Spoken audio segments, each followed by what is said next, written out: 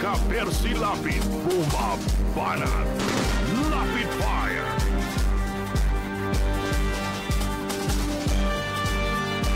Philippine Ambassador sa Brazil pinauwi matapos mahuling ginugulpi ang kanya pong kasambahay.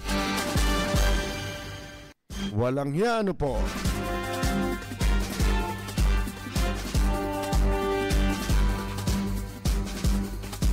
Nung nakaraan taon sa mga sumusubaybay po sa atin regularly, mga kaibigan, matatandaan ninyo itong ambassador na ito ating pong ibinunyag sa isang katarantaduhang ginagawa niya dyan po sa Brazil. Hindi tayo nagkakamali, buwan ng Abril yun, mga kaibigan. O ngayon, ayan. Sabi ko sa inyo, hindi naman tayo sa nagbubuhat ng bangko. Pero wala ho tayo ritong nabanatan. Wala pa ako natatandang nabanatan natin na mabuting tao.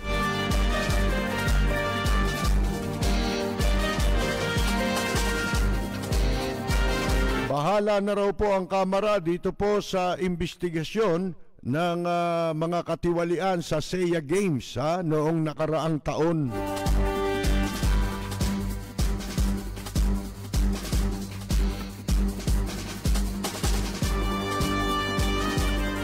De Lima, inabsuelto ng PIDEA at ng AMLAC.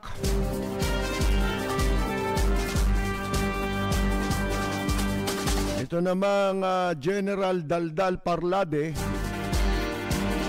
pinagsabihan po na manahimik ni Defense Secretary Lorenzana.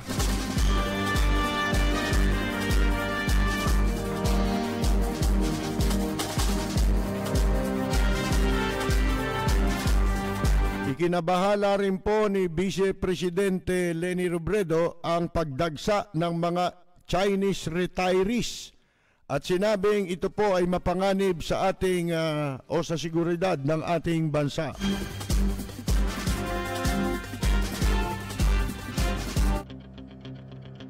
Walang preno kung bumatikos, malalim at makatwirang komentaryo. Mag-ingat ang mga politikong gumagawa ng kalokohan at baka kayo ay tamaan ng Lapid Fire!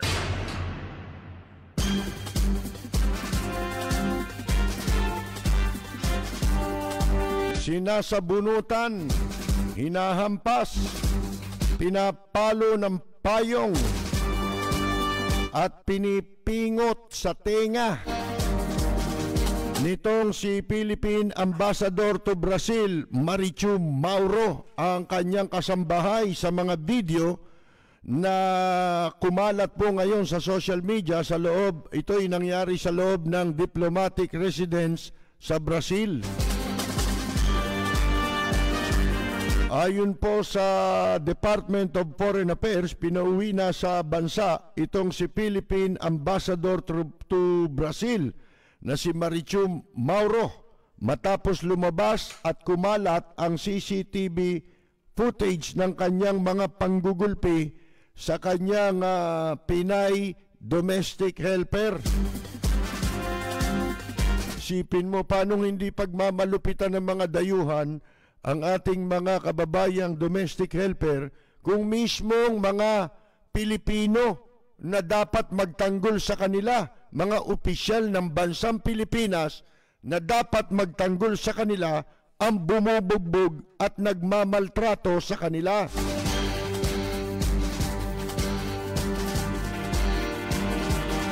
Ayon po sa tweet nitong si Foreign Affairs Secretary Secretary Teodoro Boy Finger Locsin Jr., nirecall niya si Mauro habang gumugulong ang investigasyon sa kanyang pambubugbog sa 51 anyos na kasambahay. Mantakin ninyo. Ambassador ng Pilipinas, ng bubugbog ng Pilipinas, domestic helper. Ang sabi ho ni Locsin, the Philippine Ambassador to Brazil has been recalled effective immediately to explain the maltreatment of her service staff. Ano pa ipapaliwanag niyan? Bibigyan niya ng katwiran. Niya, ganito yan, tamad yan, ganito yan. Yun, katwiran yun. Manap ka nga ng katwiran na pwedeng ikatwiran itong ambasador na ito't ipaliliwanag daw. Tado!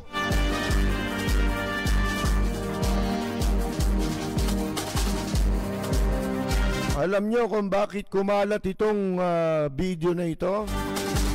Kasi po itinampok ito. Napakahaba nung pagkakatampok nito sa isang television station sa Brazil. Ang pangalan nung Globo News.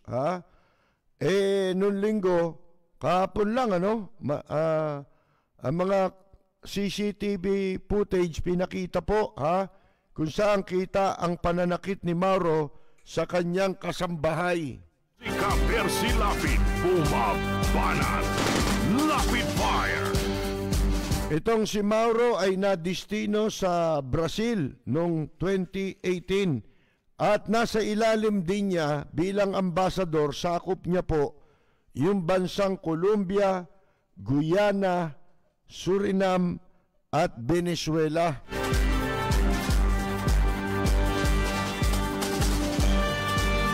Sabi ko nga sa inyo wala pa tayong nabanatan dito na matinong tao mga kaibigan kasi marunong naman tayong magbigay ng pagkakataon, di ba? Pero pagka hindi na po tama yung ginagawa, ayan, babanatan natin, At noong nakaraan taon, binanatan nga natin itong animal na ito. Babae ito mga kaibigan marichucho. Matakaw din siguro sa pera ito. Alam nyo kung bakit ko nasabi, ito i-recall ko lang. Ako unang magsasabi sa inyo, napanood ko yung footage. Pero hindi natin maiintindihan Hindi ko alam kung Brazilian yung language, yung pagbabalitang yun, kasi parang may French na parang Kastilang, di mo maintindihan mga kaibigan yung salita nila, yung pagbabalita, walang translation Ngayon, ang pagkakaintindi ko po dun sa balita, eto hindi ba sinasabi ho nitong si Teddy Boy Finger na ito'y pinaricall niya, pinabalik dito, ibig sabihin. Pero mga kaibigan, ang aking pag-a-analyze doon po sa lumabas na balita, ito'y hindi ho basta ni-recall Itong si Mauro. Ang pagkakaintindi ko doon sa balita, siya po ay idiniklarang persona non grata. Lapid, bumabanat, Lapid Fire. Nung siya ay madeklara na persona non grata, mga kaibigan, at saka siya pinaricall nitong si Teddy Boy Finger, Locsin. Sabi ko sa inyo ito si Teddy Boy Locsin, may pagkagago ito Masyado lang nagmamarunong ito Dadaanin ka nito sa English, kaya mapagkakamala ng mga tanga na ito'y matalino, mga kaibigan. Alam niyo kung bakit? Matagal nang may ginagawang katarantaduhan itong si Mauro sa Brazil. Natatandaan ninyo, April 10, 2020, isinulat ko po sa aking column, itong si Ambassador Mauro. Ang pamagat ng ating column ay PH Ambassador, protektor ng puganteng ADD leader na si Brother Eli Cuyucot Soriano sa Brazil, mga kaibigan. Bakit noon hindi pinagpaliwanag ni Locsin ito pong ambassador na ito? Alam nyo kung bakit? Kasi po itong organisasyon ni Eli Cuyucot Soriano at ng kanyang pamangkin na si Daniel Rason, mga kaibigan, ito'y nagpapanggap na relihiyon, di ba? Meron bang religious leader na fugitive? Nagtatago sa batas, mga kaibigan? At nagtatago sa batas dahil ito po ay wanted sa multiple counts of rape.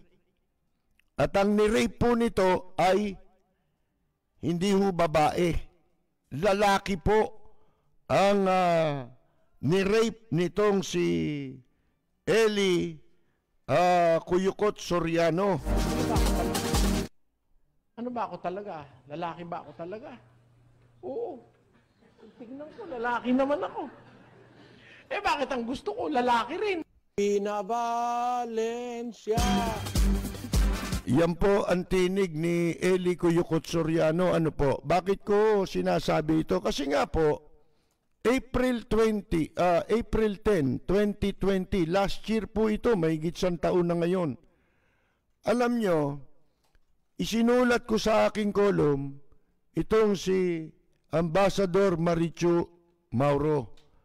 Kasi po, kumalat sa social media. Sila pa mismo nag-post itong grupo na nagpapanggapong relihiyon ni Soriano. Doon sa kanilang Facebook account. Ipinost nila yung litrato, pinagyayabang nila itong si Mauro, na kaibigan nila, di ba? Binigyan pa ng award eh. Siyempre, pera, bibigyan din yan. Eh bakit ko isinulat ito? Kasi po, ang ambasador ng anumang bansa, katulad natin, Pilipinas, yung ambasador, yan representative ng presidente, alter ego ng presidente sa ibang bansa. Madalit sabi, kaya nga ang title niyan o ang tawag dyan kung i-address sila Excellency, mga kaibigan. Ngayon, kinakalat nila, at itong si Mauro ay may mga kuha pa ng video at litrato na dumadalo sa mga okasyon, mga pagtitipon nitong ang dating Daan MCGI, mga kaibigan, doon sa Brazil, kung saan nagtatago yung kanilang leader na si Eli Cuyucot Soriano, mga kaibigan. Tatanong ninyo, masama ba na siya ay dumalo doon sa mga okasyon, mga anumang pagtitipon nitong si Eli Cuyucot Soriano at saka ng kanyang grupong ang dating Daan sa Puwit Dumaan, mga kaibigan? Abay, hindi masama kung si Eli Soriano ay hindi po fugitive. Kaso fugitive si Soriano di ibig sabihin, yung larawan will speak for itself na meron silang mabuting relasyon. At sinasabi nga natin nun, dapat pagpaliwanagin nitong si Teddy Boy Finger, si Ambassador Mauro, sapagkat siya ay nakikipagkita, nakikipag-usap, nakikihalubilo, nakikipagmabutihan doon po sa isang wanted sa batas na Pilipino, sapagkat si Soriano po ay nasa red notice ng Interpol bilang kriminal na nagtatago, puganting kriminal, mga kaibigan. At ang sabi pa natin, itong si Eliseo Soriano, dahil sa kanyang magandang relasyon at nitong si Daniel Rason dito po kay Ambassador Marichu Mauro, mga kaibigan, hindi po imposible na itong si Eli Cuyucot, fugitive Soriano, mga kaibigan, ay nakakatuntong doon sa loob ng compound ng Philippine Embassy sa Brazil. Ano po ang masama doon?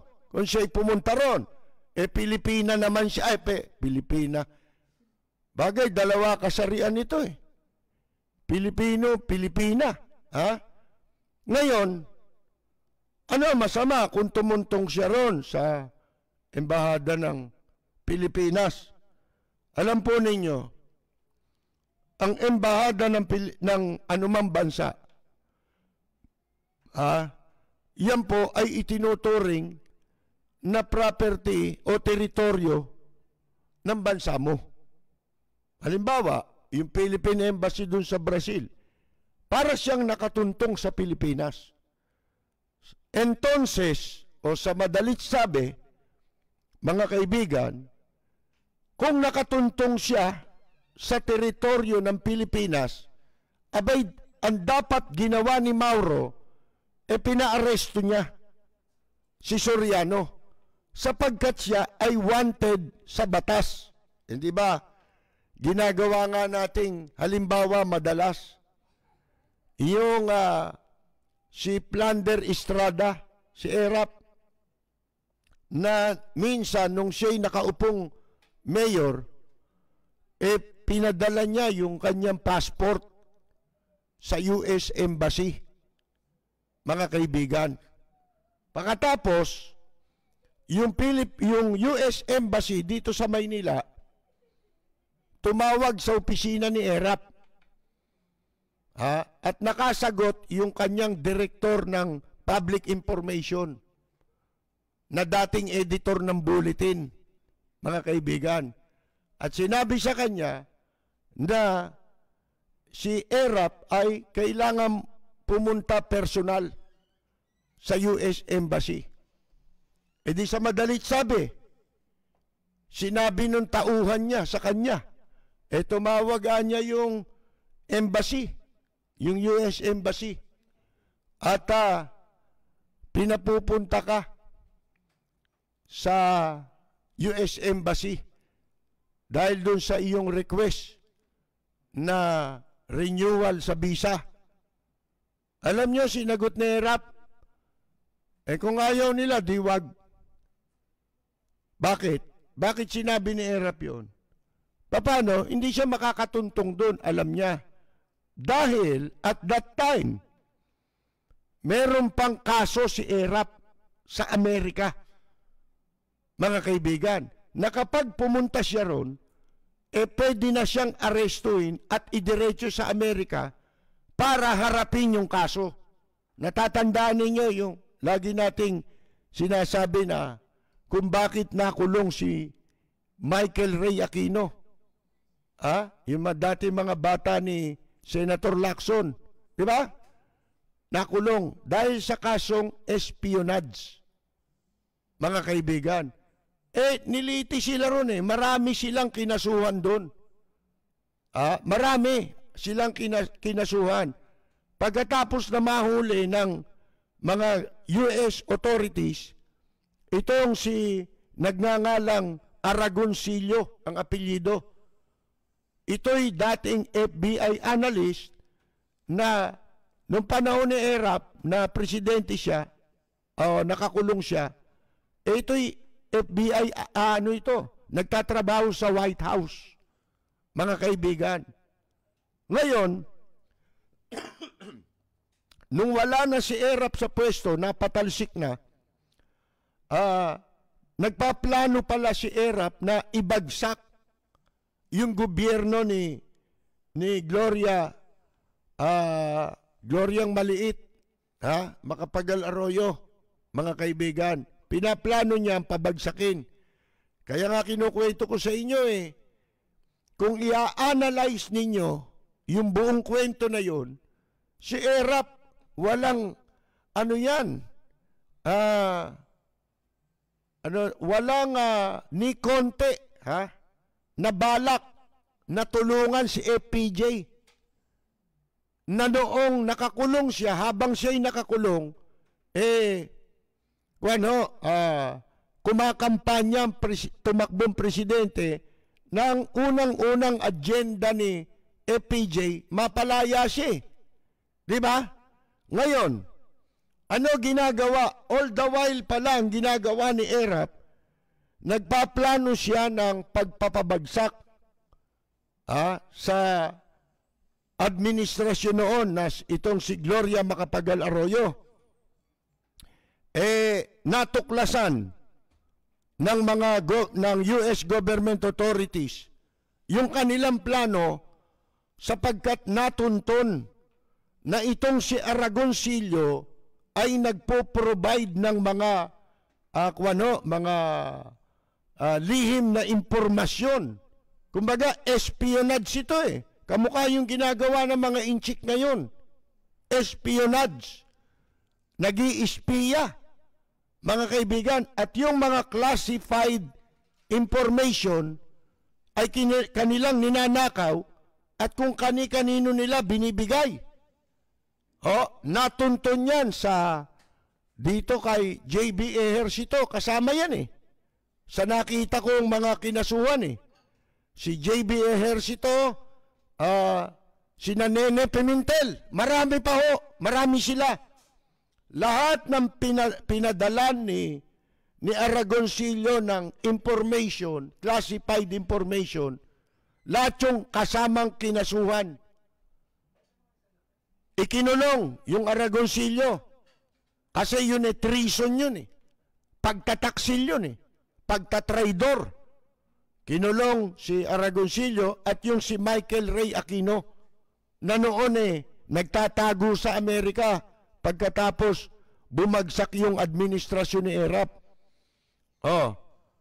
Yun ang katotohanan. Kaya si ERAP nung kumukuha ng visa, hindi siya makatuntong sa US Embassy. Ang ginawa pa nga niyan, di ba, dahil binobroadcast ko yung na-wanted siya ng Amerika. Ano ginawa niyan?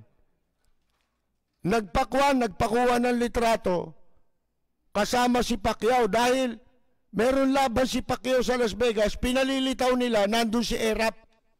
Hindi siya makakatuntong Kasi po, meron siyang kaso at that time, mga kaibigan. Ngayon, ganito rin ang kaso nitong si Eli Cuyucot Soriano. Pinagyayabang nitong sila Daniel Rason. Malakas kami sa embassy. Ito, nung isulat natin ito, tingnan ninyo nung isulat natin ito yung panahon na lumabas yung narco, ano yun, yung tawag doon? Yung si Bicoy, yung video ni Bicoy, na ang nag-upload sa internet yung miyembro nila Eli Cuyucot Soriano, tauhan nila. Katunayan, ito'y naka-assign sa siya ang nagmamanage nung mga pag-upload sa social media ng mga aktibidad nila. Pati na yung troll, yung mga troll, mga kaibigan. Itong yung ang baba, Jaime ba yun? Yung hinuli, siyang umamin siya na kanya yung account. Kasi natuntun siya may-ari nung account Yun ang ginamit sa pag-upload nung video labang kay Bongo. At bali ba, yung video na yon na sinasabing ito si Bongo may tattoo sa likod.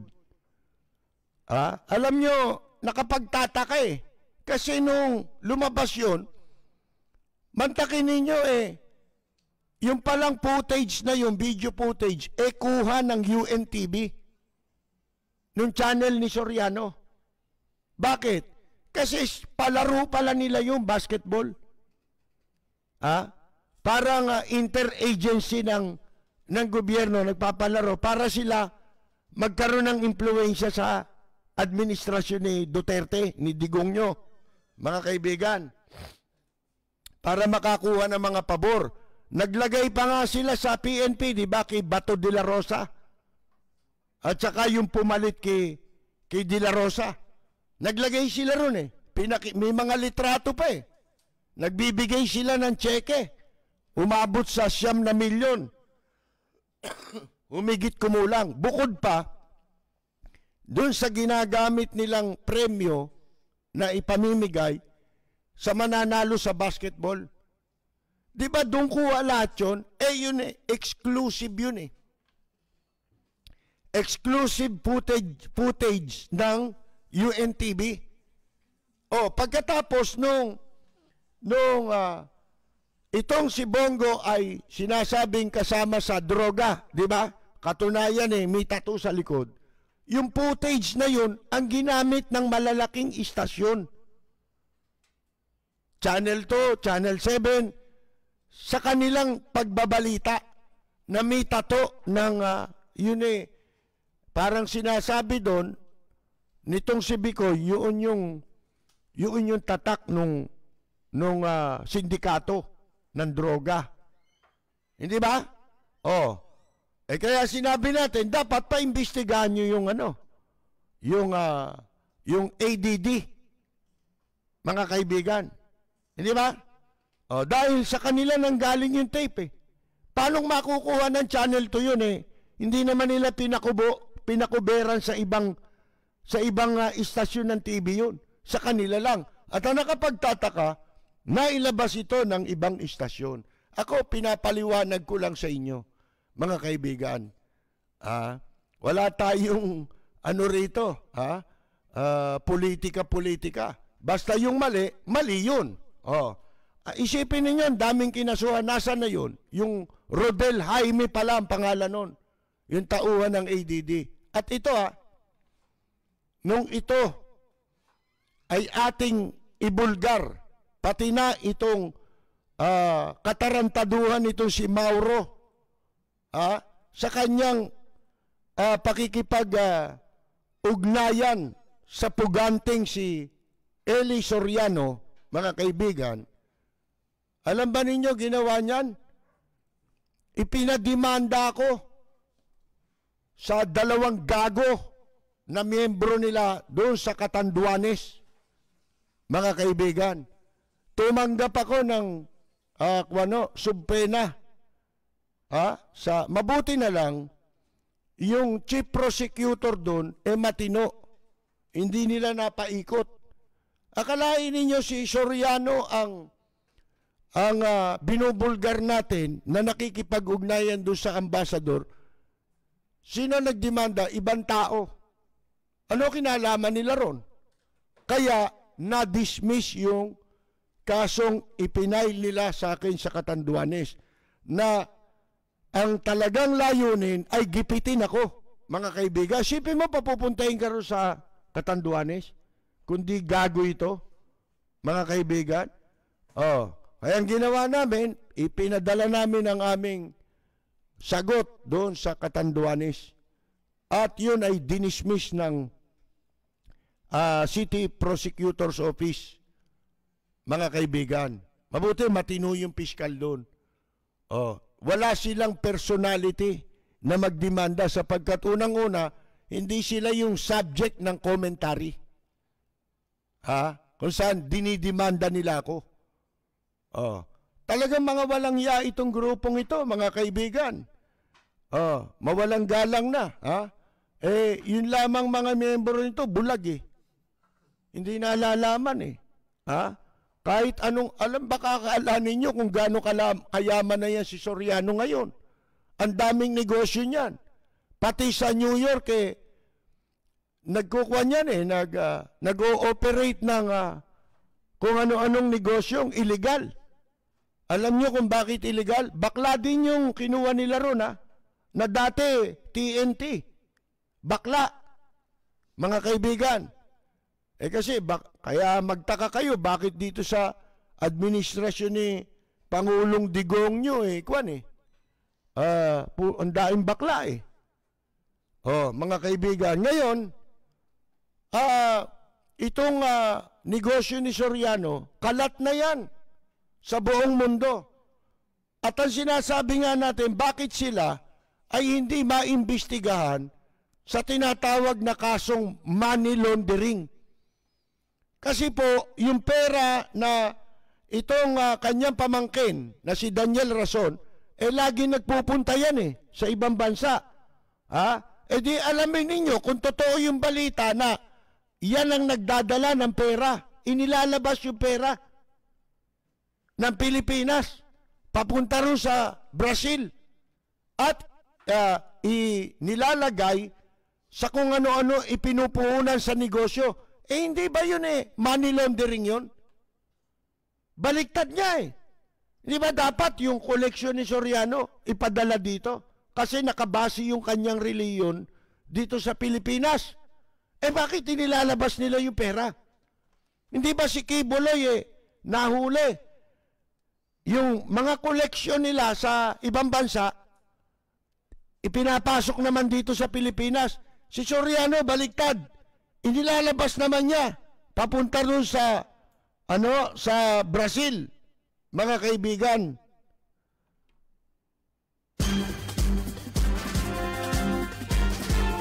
Si Percy Lapid, bumabanat.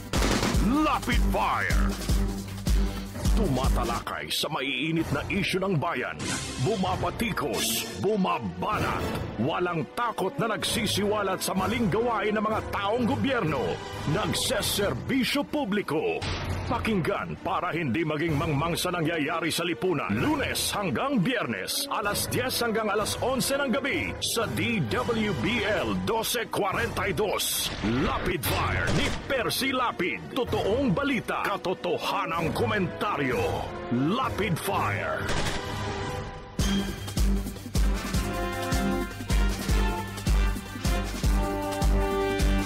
Ngayon, paano nyo ngayon? Ito sunod-sunod dyan Merong isa, di ba, kamakailan? Yung ambassador naman na itinalaga sa Korea. Yung dating Ram. Na si Wong. Si Noe Wong. Mga kaibigan. Winanted, di ba? Nasa red notice na rin ngayon ng Interpol. Kung di tayo nagkakamali. Inireklamo naman ito sa pangmomolestya ng isa niyang staff. Ngayon, dito sa Brazil, napag-alaman natin, ang dami palang galit dyan kay Mauro. Maraming disgruntled na empleyado ng embassy sa Brazil. Ang galit dyan kay Mauro. Siguro, akala mo talaga kung sinong kundesa itong animal na ito, mga kaibigan. Sipin mo, makikita ninyo yung video Binubugbog yung katulong mga kaibigan Talagang napapaiktad Napapayuko Pag nakita ninyo yung video. At ang ironic, ito mga kaibigan, hindi ba siya'y ambassador? Kinatawan ng bansang Pilipinas? Bakit hindi bababuyin ng mga kababayan natin? Bakit hindi aapihin ang mga Pilipino? Gayong ang unang umaapi sa kanila ay itong mga dapat na nagpoproteksyon sa kanilang kapakanan at interes. Kaya wala ang ating mga kababayan, lalo pag domestic helper. Mga kaibigan, katakot-takot na hirap ang pinagdadaanan Tinitiis nila Sipin mo, bugbugin mo yung 51 years old. Bali ba, hindi na bata yun. Mga kaibigan. Meron mga 51 years old, 50 years old Marami nang nararamdaman sa katawan yan Di ba? Humihina na ang katawan yan Nagsisimula nang humina ang katawan yan. Isipin mo, maltratuhin mo. Mga kaibigan, ano pang respeto ang natitira sa ating mga kababayang mga domestic helper? Meron pa ba? Hindi ba tarantado talaga itong mga kasama ni Presidente Digong nyo? Yung ating kababayan sa Taiwan, di ba? Naalala ninyo? Si Lin Silawan. Oh, paminsan-minsan nanonood sa programa natin. Mga kaibigan, di ba yan nagsalita lang na ng pagpuna sa ating gobyerno. Ano ginawa nila? Nila Roque. Para makapagsip-sip sila kay Presidente Digong nyo. Akalain ninyo gusto nilang ipatapo ng bansang Taiwan, si Lin Silawan pabalik dito sa Pilipinas. Mabuti na lang, hindi po tanga yung Taiwan at marunong manindigan. Bakit namin pauwiin yan? Wala naman nilabag na batas dito yan. Pagkatapos yung tarantadong Labor Attaché doon, nandun pa rin Di ba? Yun, hindi na-recall yun. O yun, Locsin, bakit hindi mo ni-recall? Kaya mo lang ni-recall ito. Sabog sa buong mundo. Mga kaibigan, nakakahiya at nakakaawa ang ating mga kababayang domestic helper. Pagtatawanan tayo. Di ba? Reklamo kayo ng reklamo. Kung ano-ano reklamo. Laban sa mga sinasapit ng mga OFW, lalo na mga domestic helper. Wala kayong karapatang magreklamo kung ganyan sabihin. Nagrereklamo kayo, sarili nyo nga ang ambasador. Binubugbog yung kababayan nyo. Ano irereklamo nyo? At ngayon, paano kung ginagawa na nga yan? Kaya hindi tayo nagtataka Kung halimbawang napakarami na hindi naaaksyonan lang Hindi lang napapansin. At yung iba nating mga kababayan, tinitiis na lang nila para lang makasurvive. Para lamang yung ambisyon nila na mapag-aral, mabuhay ang kanilang pamilya, lahat yun tinitiis na nila. Napakaraming kaso niyan, lalo sa Middle East. Paano ngayon? Paano ka ngayon magrereklamo? Hindi ba? Dapat ito, bigtihin itong hayop na ito mga kaibigan Napakawalang yan. Kaya lang nila ni-recall. Sa katunayan yung ginawa kong column, nakarating sa Foreign Affairs yun Pero hindi sila umaksyon. Alam niyo ba si Mauro, bago ko sinulat yung column ko, nagpa-add ako dyan sa Facebook In-add ako hindi pala ako in-add. Nag-message ako sa kanya. Parang in-add ako kasi hindi naman, nag-message ako. Pagkatapos, nung magawa ko na yung column at lumabas na sa dyaryo, i-message ko sa kanya sa Messenger. At saka pinadala ko rin dito sa DFA. Pero walang ginawa ang DFA. Si Mauro ang ginawa, binlock ako. Binlock ako, mga kaibigan. Talaga walang iya ito. Isipin mo yan yun ang pinakamatindi dyan. Ikaw ang ambasador ng Pilipinas. Kahit na hindi ambasador, kahit na kawani ka ng embahada, ng konsulado, ang pangunahin ninyo na tungkulin, isa sa mga pangunahin ninyo tungkulin, siguruhin ang kaligtasan, ang kapakanan, interes, maproteksyonan ang kapakanan at interes ng mga kababayan nating nasa bansa na pinaglilingkuran ninyo bilang mga kawani ng ating embahada at nating mga konsulado. sa ibang bansa. Yun ang pangunahin, di ba? Kaya tayo nagpapadala niyan ng mission sa iba't ibang bansa. Pagkatapos ganyan, di ba, meron pa nga ginagahasa din ng ng mga taga-embassy yung kanilang mga kasambahay doon Alam niyo kung bakit? Kasi entitled sila sa pribilehiyo na makapagsama ng kanilang kasambahay bukod sa kanilang pamilya. Entitled din po sila na makapagdala ng kasambahay nila doon sa ibang bansa para magsilbi sa kanila. Mga kaibigan. At ito'y ginawa ni Ambassador Marichu Mauro. Dapat ito tanggalin na sa pwesto itong hayop na ito nang walang makuhang benepisyo ito, mga kaibigan. Pero I doubt, baka matuwa pa si Presidente Digong nyo pag nabalitang yan ang ginawa ni Mauro.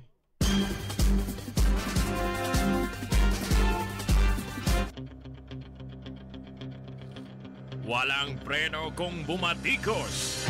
Malalim at makatwirang komentaryo. Mag-ingat ang mga politikong gumagawa ng kalokohan at baka kayo ay tamaan ng Rapid Fire!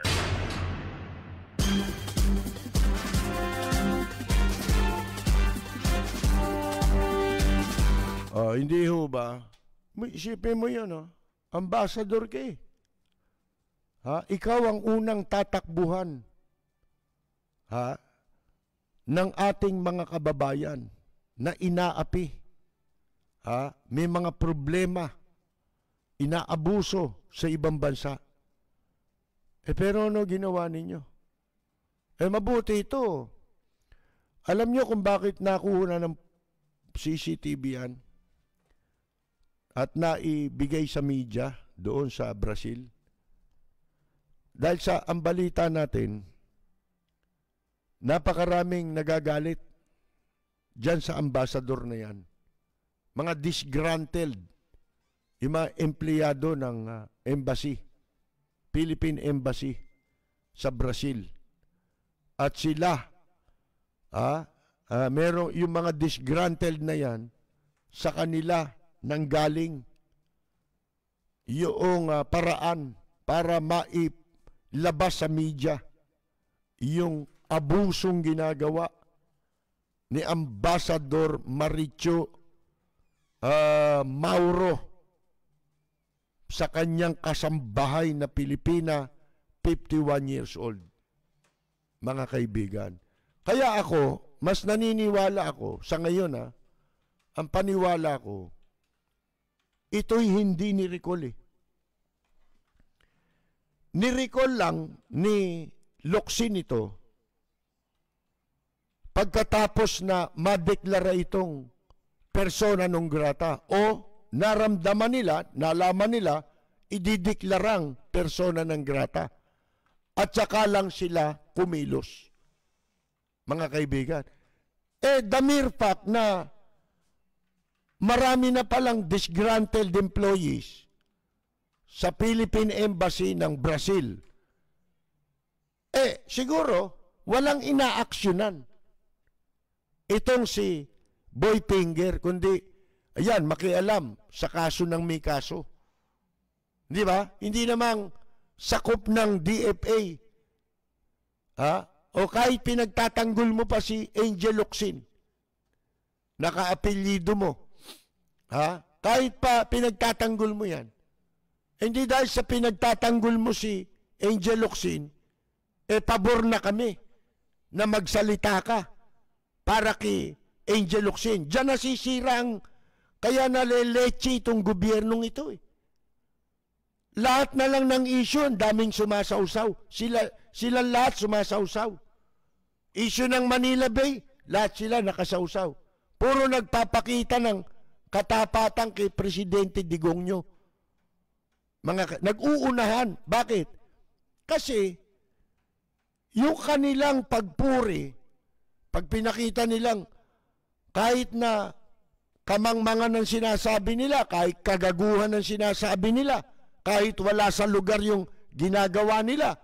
Basta yun ay malalaman ni Presidente Digongyo na ginagawa nila para ipagtanggol siya. Kahit saan ka pa nakapwesto, kahit wala kang karapatan. Mga kaibigan, bakit? Yun ang lisensya para mo magawa ang pag-abuso sa tungkulin mo. Para ka makapagnakaw. Kita nyo, mga magnanakaw? Diba? Kung sino yung pinakamalupit magtanggol kay Presidente Digongyo, yun ang magnanakaw. Yun ang kawatan. Mga kaibigan, kahit mali. Gustong makapagpakita ng katapatan. O kaya, yun ang paraan para siya mabigyan ng magandang pwesto. Hindi kami na bahalang magtanggol kay Angel Locsin. Maraming pwedeng magtanggol kay Angel Locsin. Kasama na kami ron. Pero ikaw, Teddy Boy Finger, Locsin, wala kang pakialam dun. Kita mo, problema mo sa DFA, sumabog sa pagmumukha mo. Kung nung umpisa, pinakikita ninyo na kapag yung mga kawani saan mang sangay ng gobyerno, handa ninyong imbestigahan o kaya kastiguin. Hindi sana sasabugan ka ng ganyan sa pagmumukha mo. Balik sa'yo yan. Kumbaga, yan hampas sa kalabaw, sa kabayo ang latay. Hindi ba? Sapul ka dyan. Bakit? Kasi binabaliwala ninyo yung mga valid na issues. Pag hindi magkakaroon ng international exposure, hindi kayo kikilos hanggang hindi napapahiya ang bansa. Pero kahit labag sa batas ang ginagawa nila, kamukha nung pakikipagkutsabahan nito kay Soriano, isama nyo sa investigasyon yan. Bakit ka nakikipagmabutihan doon? Dumadalo ka pa sa party nila, fugitive yun Hindi ba dito ang tawag dyan, harboring criminal? Di ba? Bawal sa batas yun yung alam mong wanted. Kahit hindi ka opisyal ng gobyerno, karaniwan tao ka, subukan mo magkanlong ka ng criminal, wanted, fugitive. Tignan ko kung hindi ka makasuhan. Ang tawag doon, harboring criminal. Mga kaibigan, isipin mo, ambassador ka. Kaya pala, talaga palang nuknukan ng walang hiya itong taong ito. Mga kaibigan, yun ang problema nila. Doon mo makikita Pagka hindi inaakala nila na baliwala lang yan, mga isyong ganyan, kung tutusin mo, mas malaking issue yung kay Eli Soriano rito Bakit? Kasi itong pambubugbog, parang normal na nating naririnig yan yung kaapihan na yan Di ba? Normal na yan Pero yung ginagawa niya na pagkanlong sa isang fugitive na kamukha ni Eli Soriano, abay, hindi normal yun. Hindi dapat ginagawa ng isang ambassador yun. Mga kaibigan, para na rin ang nagkakanlong sa kriminal, si Pangulong Digongyo. Kasi siya ang presidente. At yung ambassador, yun ang katumbas ng presidente sa kanyang mission. Saan man siyang bansa, naka-assign. Yun ang presidente nun, ng mga Pilipino ron. Mga kaibigan. Kaya kung i-address sila, hindi ba? Her Excellency, His Excellency, kung paano ina-address ang Pangulo ng bansa. Mga kaibigan. Isang malaking kahihiyan ito, hindi lamang sa mamamayang Pilipino, hindi lamang sa mga overseas contract workers o overseas Filipino workers, mga kaibigan, kundi sa ating bansa. Talagang wala nang maniniwala sa atin, mga kaibigan. Kaya yung mga hinaing, yung mga kalupitan na dinadanas ng ating mga kababayan, baliwala na yan. Kapag ganyan ang nakikita ng mga bansang, sa mga bansa na naaabuso ang ating mga kababayan, baliwala na yan. Dahil sa katarantaduhan ng mga ganitong hayop sa gobyerno, mga kaibigan. Sana kung sarili niya lang Kulang pa nga tanggalin ka sa pwesto. Dapat sa'yo, bigtihin ka na sa pinakamataas na puno ng Meralco Hayop na yan, mga kaibigan. Nakakakulo ka ng dugo. Napakawalang hiya mong ambasador ka. Si Ka-Percy Lapid, bumabana. Lapid Fire. Ito si Teddy Boy Finger, imbestiga, pagpaliwanagin daw. Pagpaliwanagin? Ba't pagpapaliwanagin mo yan? Ano ipapaliwanag niya? May katumbas pa bang paliwanag yun? Yung ginawa niya sa kababayan natin, bali ba sa ibang bansa niya pag ginawa, mga kaibigan, yun yung karaniwang reklamo.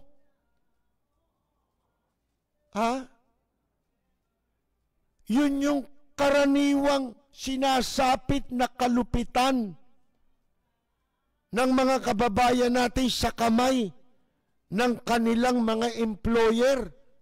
Pagkatapos ikaw ang gumawa nun, hayop ka, buhay ka pa. Percy Lapid, bumabanat. Lapid Fire. Yun, punta ka sa Arayat. Doon ka na lang doon ka pakanlong. Ikaw naman ang kanlungin nila ngayon. Si Daniel Rason. Tsaka ni Eli Cuyucot Soriano. Paano ngayon si Eli Cuyucot Soriano? Kung nakakatuntong siya, palagay ko alam din ng mga taga-embassy yung issue na yan kay Soriano Kaya maraming disgruntled daw na employees sa ating embahada sa Brazil. Mga kaibigan. Dapat nilang malaman kung sino man ang papalit dito kay Mauro doon sa Brazil. Diyan nagtatago si Eli Cuyucot Soriano na isang pugante dito sa Pilipinas. At yan ay nasa red notice ng Interpol. Nasa Interpol red notice. Ibig sabihin kahit saan bansa pwede siyang huliin. Kaya lang siya hindi mahuli sa Brazil. Yung Brazil, walang extradition treaty ron. Ang Pilipinas. At saka ang Brazil. Diba, nagkakaso yung taga-Brazil dito. Hindi rin sila pwedeng ipa-deport doon. Kung nagtatago dito. Mga kaibigan. Pero, Mauro na yung pagkakataon para mapabalik sa bansa itong si Soriano Akalain mo, hindi niya ginawa yon. Bakit? Ba'y nagkakapera.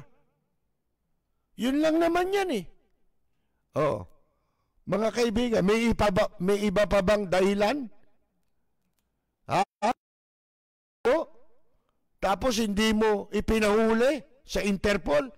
Imbes ipahuli mo, nakipagsayawan ka pa yata ron sa sayawan ng mga bakla ni Soriano sa Brazil Damuho ka.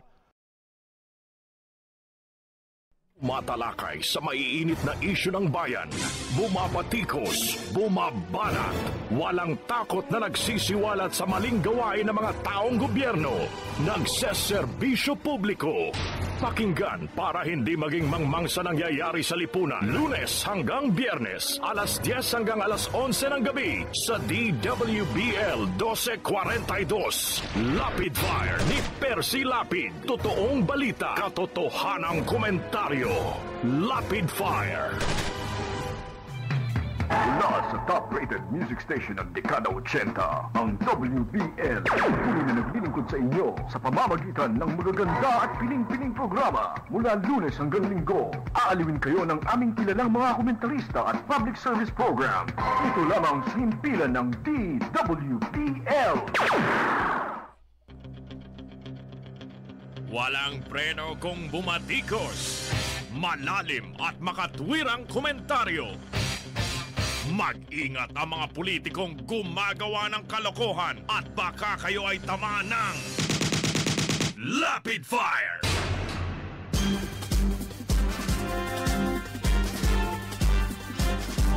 Si Percy Lapid, bumabanat. Lapid Fire! Magpapatuloy po tayo mga kaibigan. Sabi ng Malacanang daw na yung isasagawang investigasyon sa paggamit ng pondo ng gobyerno para sa hosting noong pong 30th Southeast Asian Games o SEAG.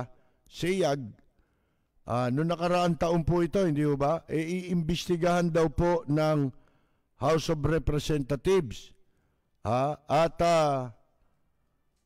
Ang ayon dito kay Roque, itong spokesman na si Harry Mantika Roque, bahala na raw ang Kamara.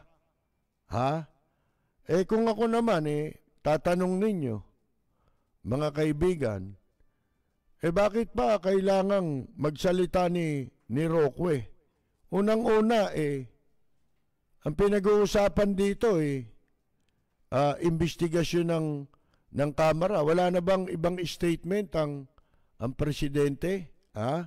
At ito namang Kamara, kailangan pa bang ipamalita ninyo yan? Gawin na ninyo. Di ba? Kasi pera ng taong bayan yan napartihan ba kayo dyan? Baka hindi kayong lahat nabigyan dyan sa winaldas na pera na yan ni Caldero. Gawin niyo lang ninyo yung investigasyon. Mga kaibigan, di ba? O kaya wag na kayo mag-imbestiga, mag-provide na lang kayo kung meron kayong makukuhang ebidensya, idagdag nyo sa ebidensya, kasuhan nyo si Caldero, mga kaibigan. Liwa-liwanag niya, Caldero lang, magkano? 100 milyon. Meron bang ganun? Ito, nagkakahalataan na. Mismong itong PIDEA at yung AMLAC,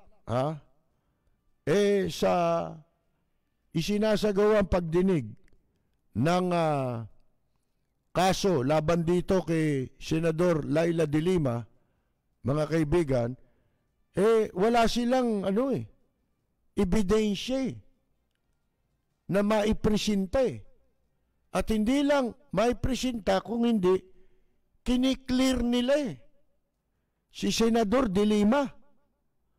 O di ibig sabihin wala nang dahilan ang hukuman para hindi payagang makalaya si de Lima.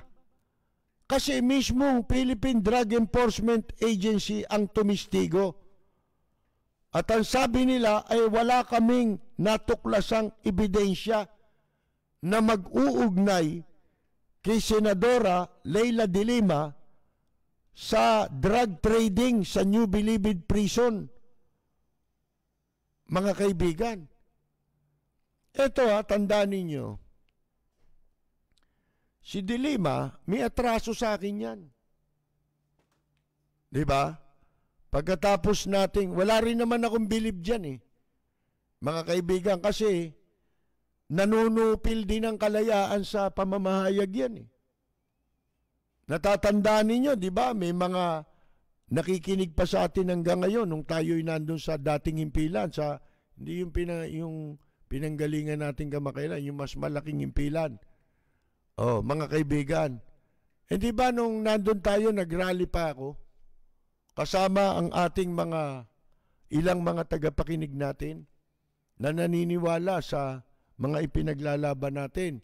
Kasi that time lintik ang mga pinalaya nitong pinatakas nitong si De Lima na mga inchik din Sangkot naman sa yung malaking sindikato ng mga credit card na pinadeport niya sa China imbes na sa Taiwan. Mga kaibigan, mga Taiwan Taiwanese. Oh, at saka yung hindi agad aresto nung kay Gloria Macapagal Arroyo, di ba? Kasi dati niya naging amo yan Akalain ninyo pagkatapos ng rally, nung araw na yon, 2011 yun Oh, nung ding araw na yon, pag umaga yung rally, nung tanghali hindi na ako pinayagang mag-broadcast. Tinawagan ako at wag na raw akong mag-broadcast. Yung sip-sip butong himpilan sa kung sino nakaupo. Sino may kagagawa nun? Di si De Lima, di ba? Pero, ito yung sinasabi ko sa inyo. Ito yung pagkakataon na yung mali talaga yun. Oh, di ba? Total, ako lang naman napinsala dun Pero ito, katulad nitong kaso niya, hindi natin gusto na kung wala naman pala silang ebidensya, wala kayong karapatan para manatili sa bilangguan ang isang taong walang kasalanan. Oh, eto dapat kasi, yun ang sinasabi natin yung ayaw nating mangyari sa atin, dapat wag din natin payagan na mangyayari sa iba. Di ba? Kaya tayo nakikipaglaban dahil hindi para sa ating sarili lang, kundi para sa lahat. Di ba? Kung ano yung batas, yun ang batas. Katulad nito, batas ito Oh, ang sabi yung AMLAC din, yung Anti-Money Laundering Council, yung financial investigator na si Artemio Baculi Jr. at PIDEA Digital Forensic Examiner Crystal Caseñas, sinabi nila sa hukuman na sila ay walang anumang natuklasan na anumang transaksyon sa pagitan ni Senador Leila De Lima at mga drug lords na nakakulong sa National Penitentiary. Oh, ang tanong ngayon, ba't nakakulong yan? Sino judge nito? Ito kamakailan lang nagpepe-presko nitong anong tawag nito? Si Chief Justice Peralta. Oh, ikaw, Chief Justice Peralta. Ano tawag mo rito? Hindi ba? Ano karapatan ng hukuman para ika nga po ay patuloy niyang payagan na magdusa itong si Leila De Lima sa kulungan? Dapat ito pinapaalalahanan na. Yung hukom, kung sino man ang hukom na humahawak nitong kasong ito. Siyempre, 2017 pa nakakulong yan, tapos wala pala kayong ebidensya. Di ba? At saka masama niyan, pati yung mga ginamit na testigo dyan, lumalabas. Sino nagpapatay niyan? Katulad si JB Sebastian na wala na yung kaso. Mga kaibigan. Ngayon, ang dapat to dito, ang sabi nito si Bakuli tsaka itong si Caseñas, itong dalawang ito yung kinatawan ng AMLAC doon sa kaso labang kay De Lima.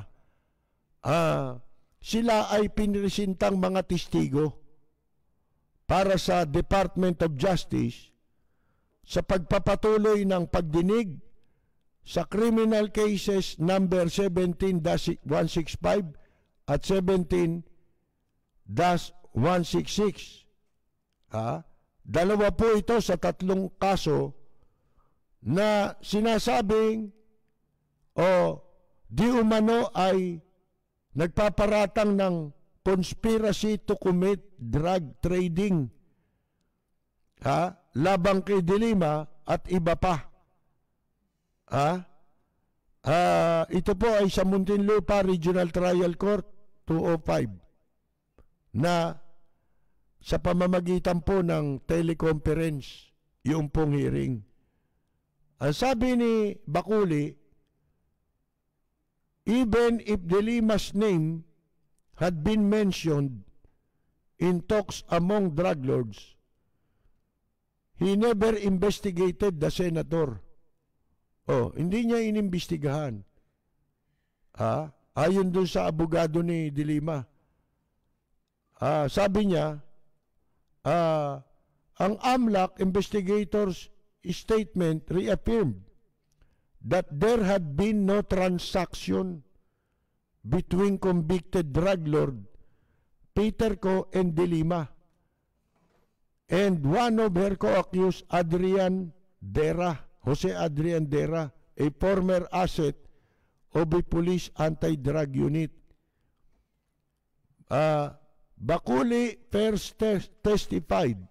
Una raw tumistigo si Bakuli noong September 25. At sinabi niya na ang kanyang investigasyon sa mga suspects sa loob ng MVP drug trade nagpapakita na walang pera ang dumaloy mula sa bank accounts ng drug lords o kaya ni De Lima o nitong Dera na ugnay-ugnay nila. Sa pagtatanong ng abogado ni De Lima sa hearing nung Biyernes, inamin ni Caseñas na there were no exchanges between Dera and De Lima related to any drug transaction. Ang liwanag po mga kaibigan This was based on messages and call logs extracted from the cell phones given to PIDEA by the Bureau of Corrections. From the cell phones allegedly owned by drug lords, there was nothing whatsoever that indicated that Senator De Lima was part of any drug transaction. That was what became crucial earlier, especially since it was the prosecution's own witnesses who testified to that. Wala mga kaibigan. But Caseñas' affidavit indicating that the cell phones she received from the Bucor were properties of Co was rejected by the court as these were only her opinion. Ayan po mga kaibigan. Sa madalit sabi, wala mahina ang ebidensya talaga. Walang ebidensya. Hindi lang mahina. Mga kaibigan. At mismong si General Magalong, yung Baguio City Mayor ngayon, siya'y tumistigo noong February 22, 2019. Habang siya ang nakaupo pa noon na CIDG, Chief ng Philippine National Police, nung maisampa ang kaso labang kay De Lima. Kinlear niya rin si De Lima of any connection to the NBP drug traders. Ano ito? Conspiracy ito. Ang conspiracy pala, wala kay Dilima. Ang conspiracy nasa gobyerno. Mga kaibigan. Sipin mo yan ang mahirap pag nag-conspire yung gobyerno, di ba? Sino magkaka-conspire dito? Di ba? Para ka lang ikulong nang wala ka namang ebidensya pala. Sipin mo, yun ang happy ng Criminal Investigation Detention Group ng Philippine National Police. At sa pagtistigo niya, sinabi niya wala Walang koneksyon At ang sabi pa ni Magalong, based on CIDG intelligence information, it was former Bucor officer in charge, Rafael Ragos. Itong si Ragos pala. Ang idiniin ni Magalong na siyang involved o sangkot sa pangingikil at pagtanggap ng payola sa mga high-profile inmates. Mahina ang ebidensya. Si Ragos ay co-accused sa kaso, pero siya ay naging witness labang kay Dilima. Nambaliktad dito kung ganun. Diba? Ganun talaga mga walang Yun ang uso ngayon Baliktarin ka Tulad yung ginagawa nitong general. Diba? Eto, panoorin mo, nandiyan ba yung video?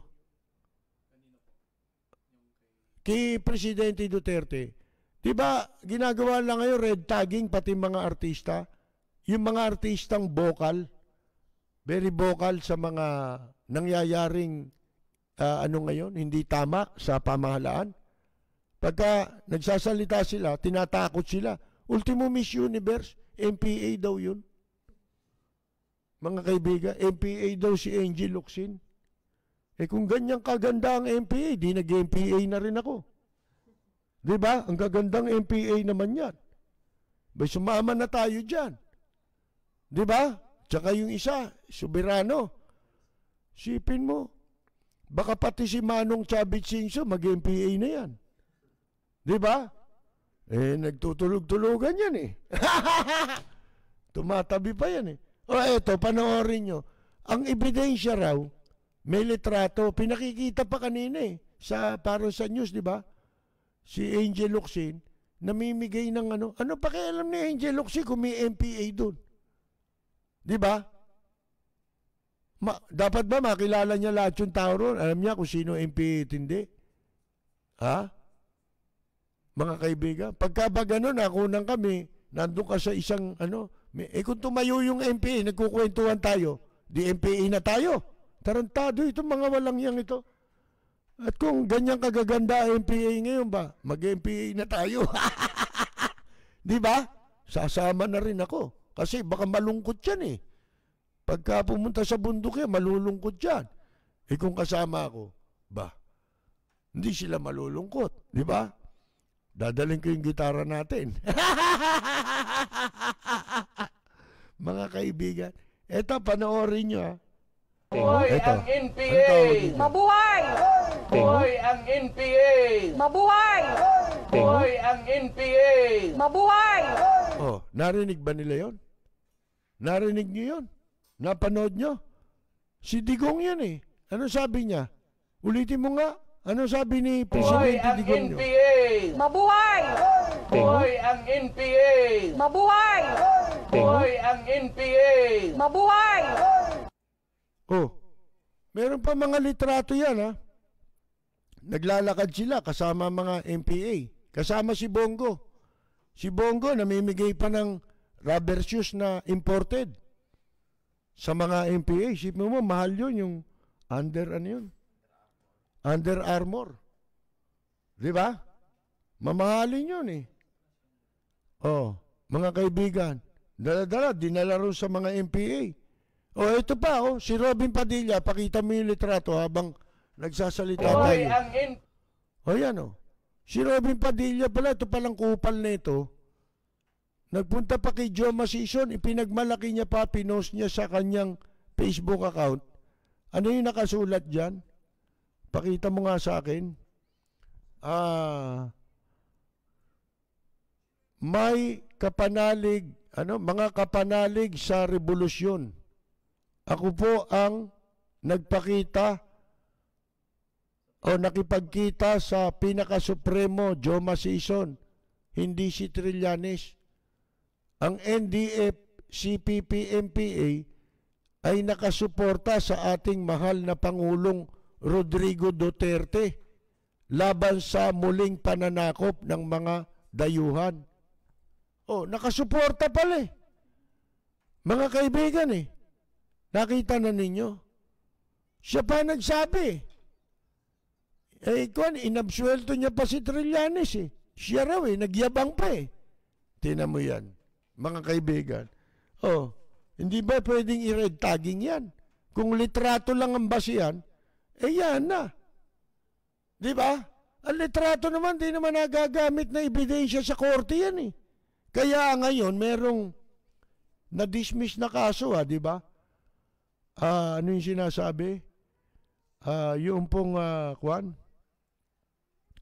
yung mga inakusahan ng kidnapping, yung pala hindi naman nila kinidnap. Kusan sumama raw sa ibang organisasyon o underground. Ewan ko kung underground organization yun. Hindi ko na binasa eh.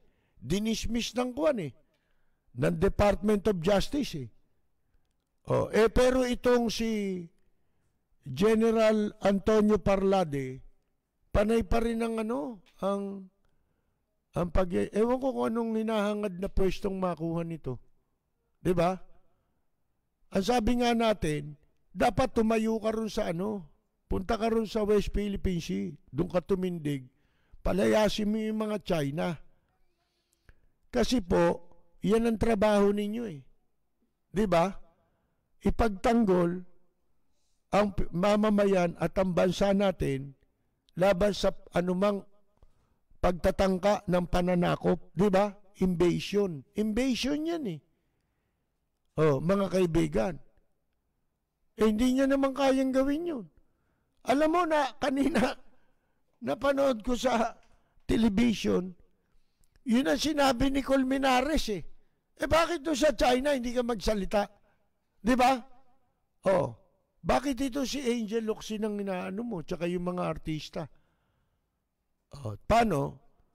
Yung mga artista kasi, kahit papano, may impluensya yan eh. Yun yung sinasabi natin. Kita mo, ako nung araw pa, nung pagkapanalo pa lang ni Catriona Gray, di ba? May sinabi siya nun eh. Bakit natin papalitan ang hindi naman sira? Di ba? Bakit natin gagawin ang isang bagay na hindi naman sira? Anong gagawin mo ron? Tungkol yon sa maitim na balaking palitan ng ating saligang batas. Di ba? Kaya noon, sinabi ko ito si Catriona Gray isang boses ito na maaasahan ng bansa natin laban sa mga hindi tamang ginagawa ng mga nasa gobyerno. Kasi influential yan eh. Isipin ninyo si Catriona Gray, Miss Universe, pararatangan mo, MPA. Mga kaibigan. Sino nasa matinong isip ang maniniwala sa'yo? Diba? Mga kaibigan. Wala eh. Maniniwala sa'yo, baliw. Diba? Isipin mo yan. Angel Locsin, MPA. Kumo ba? Sabi ko nga, di ba, yung pagsimpatya, hindi naman lahat nung ginagawa nila, pabor kay. Di ba? Lalo ako.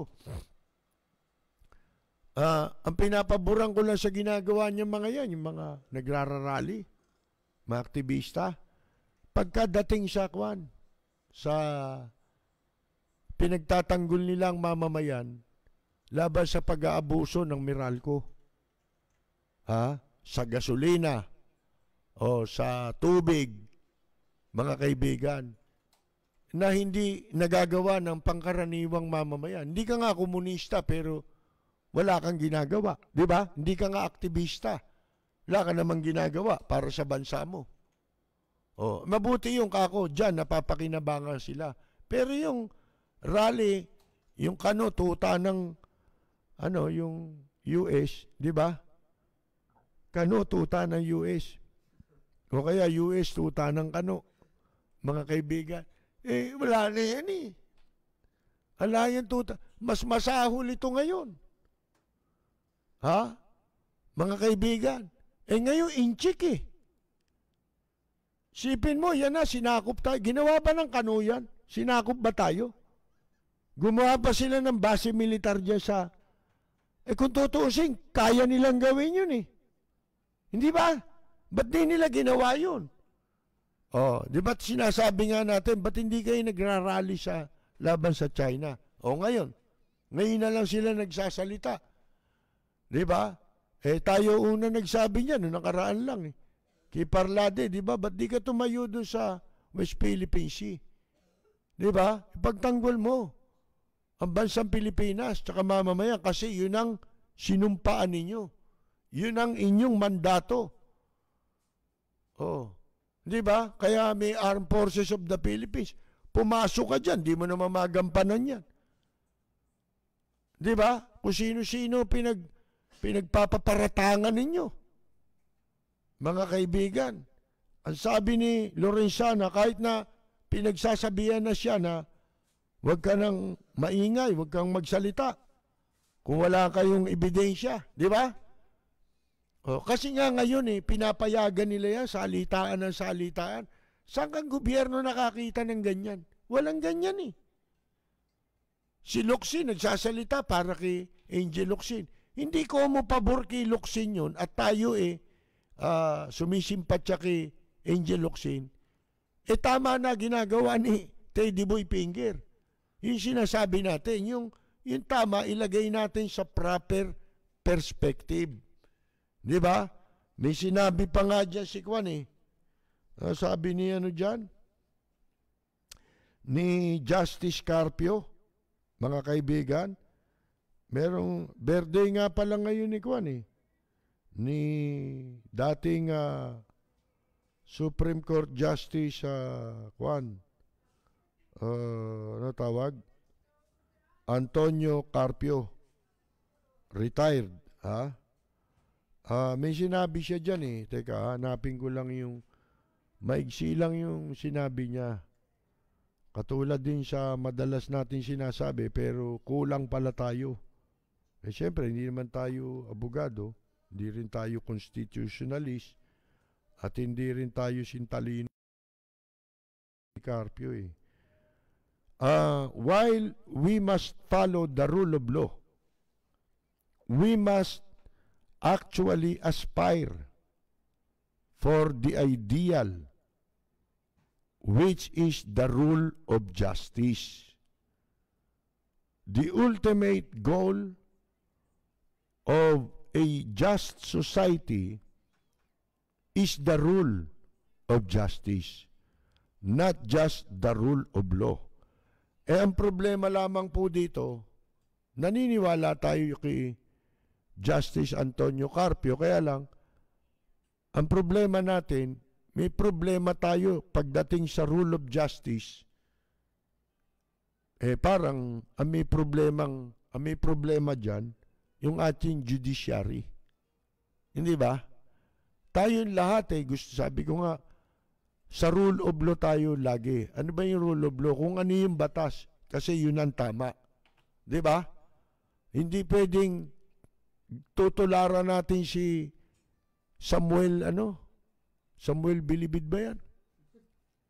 Si Samuel Ombudsman, ano pangalan nun? Martires, Samuel Martires. Hindi po pwede sinasabi niya na, ano niya yan eh? Yung 6713, defective ba niya yan eh? Gago ka pala, ba't ka nandyan? Umalis ka muna. Di ba? Lumayas ka sa pwesto mo, tapos batikusin mo yung batas. Hindi, nandyan ka eh. Karapatan mong ipagtanggol yung batas. Yun ang tungkulin mo. Di ba? Kay mali yan sa paningin mo, kay tama yan. Ba, wala kang karapatan. Dapat sa'yo, ma-impeach ka eh. Ignorance of the law yan, di ba? And ignorance of the law excuses no one. Yan ang batas, mga kaibigan. Pero bago tayo magpatuloy, batiin muna natin si Justice Antonio Carpio sa kanyang kaarawan ngayon. Kami po'y bumabati at nagpapasalamat ang palatuntunan ito sapagkat sa harap ng madilim na lumulukob ngayon sa bansa dahil sa kabuktutan ng mga nasa gobyerno ngayon, merong isang tulad ni Justice Antonio Carpio na kahit na maliit lang na liwanag, ito'y sinasabi sa atin nung araw ni Attorney Alan Paggia, paraan niya kayong mga pusikit na liwanag sa tunnel. Alam mo yung tunnel, di ba? Ang dilim nun. Doon sa dulo, meron kang natatanaw na isang parang napakaliit na liwanag lang. Di ba? Isang tuldok na liwanag lang ang natatanaw mo. At dahil sa kaarawan na yan ni Justice Antonio Carpio, yun, ipinararating namin ang aming pagkilala sa inyong nagagawa, sa inyong pagsisikap, sa inyong pagmamahal sa bansa. Dahil ang pagmamahal sa bansa, pagmamahal yan sa mga mamamayan, nagpapasalamat po kami sa inyo. Kaya kayo po ay aming binabati sa inyong kaarawan at kami po ay paano ba sasabihin yung hinahangad po namin, di ba? Ang mabuting kalusugan para sa inyo. Wala kasi kaming pwedeng irigalo sa inyo, di ba? Kundi ang mabati kayo sa inyong kaarawan. At hangarin namin na sana ay humaba pa ang inyong buhay at bigyan kayo ng mabuting kalusugan sapagkat lalo-lalo na sa panahon ngayon na kailangan ng ating bansa at ng ating mga mamamayan ang mga taong katulad ninyo na kukunti na lang, mabibilang na lang sa daliri. Pero meron gusto rin namin iparating sa inyo. May mga tao kamukha namin ang naniniwala sa inyo, nasa likod ng inyong mga ipinaglalaban para sa ating bansa, para sa ating mamamayan, lalo na pagdating sa issue ng pananakop po ng bansang China sa ating bansa. At happy birthday po, Justice Antonio Carpio. Isasabay ko na rin batiin ang ibang may kaarawan ngayon, si Yolanda Kabatbatmata ng Ontario, Canada ay aking pong binabati at pinasasalamatan. Siya po ay taga Ontario, Canada. Yolanda Kabatbatmata.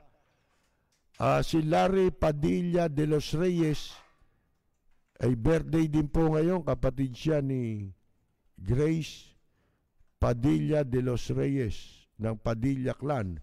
Si Keisha Gail Sarmiento ay birthday din po ngayon. Para po sa inyo, Justice Antonio Carpio, Yolanda Kabatbatmata, Keisha Gail Sarmiento at Larry Padilla, narito po ang ating pagbati. Para sa nagdiriwang ng kanilang karawan, happy Happy birthday, ang bati ko, ang bati namin sa iyo. Nawa ay lumigaya ka.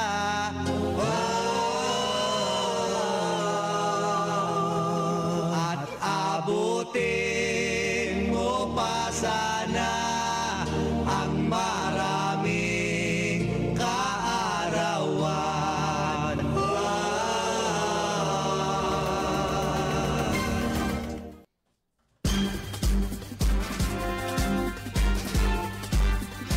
Si Ka-Percy Lapid, bumabanat.